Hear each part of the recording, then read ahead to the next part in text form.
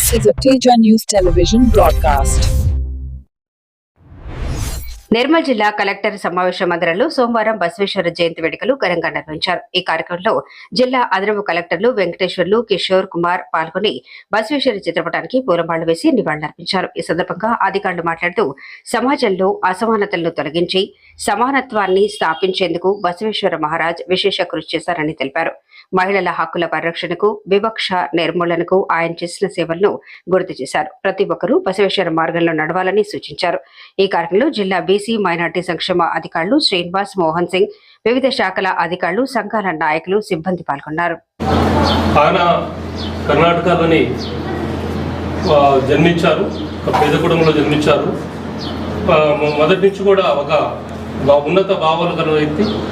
అయితే అప్పుడు చాలా సమస్యలు ఉండేవి హిందూ మతంలో. అంటే 1212వ శతాబ్దం అంటే ఇప్పటికి 700 సంవత్సరం నియర్లీ చాలా కాలం గడిచిపోయింది. 1100 years 12వ శతాబ్దం.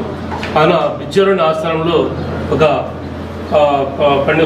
చేశారు. ముందు ట్రెజరీ అంటే బాండా గారి కూడా చేశారు.